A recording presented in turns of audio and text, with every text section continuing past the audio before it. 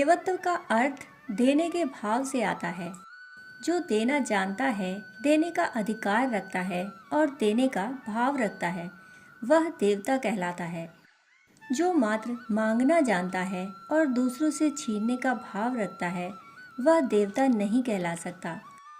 देवता कहलाने के लिए भावनाओं की समृद्धता और अंतःकरण की उदारता प्रमुख और मूल शर्त है, जिसे यह समझ में आ जाता है कि जितना मुझे मिला है उतना मैं बांटना शुरू कर दूं, वह सच्चे अर्थों में देवत्व का अधिकारी बन जाता है।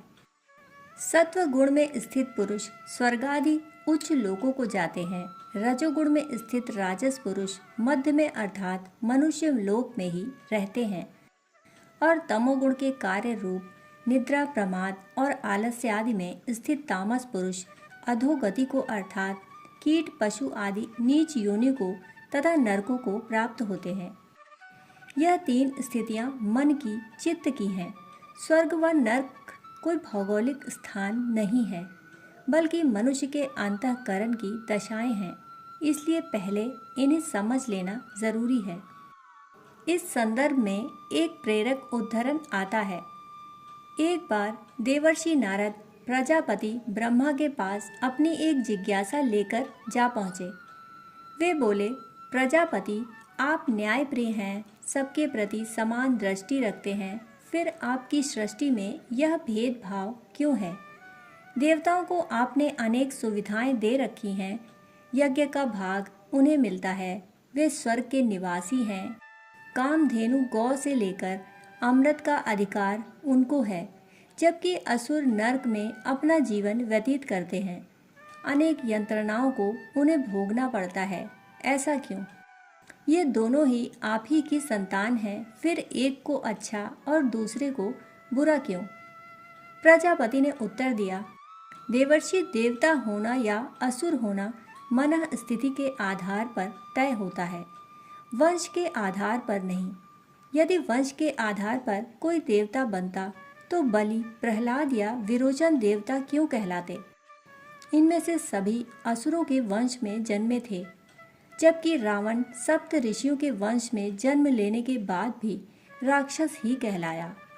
यह जो निर्धारण है वह उनके अंतःकरण की उदारता के आधार पर है। जिसके अंतःकरण में उदारता है वह देवता है और जिसके अंतःकरण में संकीर्णता है वह असुर है। यदि अभी भी आपकी जिज्ञासा का समाधान ना हुआ हो तो एक प्रयोग करके देख लेते हैं। आप सायंकाल सभी प्राणियों को हमारे पास भोजन के लिए आमंत्रित करें। सबसे पहले असुरों को बुलाएं, वहीं पर सबकी परीक्षा हो जाएगी। प्रजापति के आदेशानुसार निमंत्रण भिजवा दिया गया। सबसे पहले असुर भोजन के लिए उपस्थित हुए। भोजन जैसे ही लगाया गया वैसे ही प्रजापति ने आकर अपनी शर्त बताई। वे बोले, इस भोजन को बिना कोहनी मोड़े ग्रहण करना है। असुरों ने उस आधार पर भोजन ग्रहण करने का प्रयत्न किया। स्वाभाविक था कि भोजन फैलता। उनमें से कोई भी भोजन ग्रहण ना कर पाया और सारा भोजन यूं ही बर्बाद हो गया। सारे असुर प्रजापति को कोसते हुए उठे कि भोजन नहीं देना था तो बुलाया क्यों? ऐसी शर्त बता दी जिसका पूरा हो पाना संभव नहीं। बिना कोहनी मोड़े कोई भोजन कैसे कर सकता है? इसके बाद देवताओं की बारी आई। उनके लिए भी भोजन लगा दिया गया। जैसे ही वे भोजन ग्रहण करने को तत्पर हुए वैसे ही प्रजापति ने उपस्थित होकर अपनी शर्त रख दी। जैसे ही शर्त देवताओं को बताई गई वे उस शर्त का मूल उद्देश्य समझ गए। देवता समझ गए कि प्रजापति का इशारा यह है कि हर प्राणी अपनी रोटी को मिल बांट कर खाएगा। सारे एक दूसरे के बगल में बैठ गए। प्रत्येक ने अपनी कोहनी को मोड़े बगैर अपने से निकट बैठे देवता के मुंह में भोजन डाल दिया। इस प्रकार हर एक का पेट भर गया और सभी संतुष्ट होकर उठे।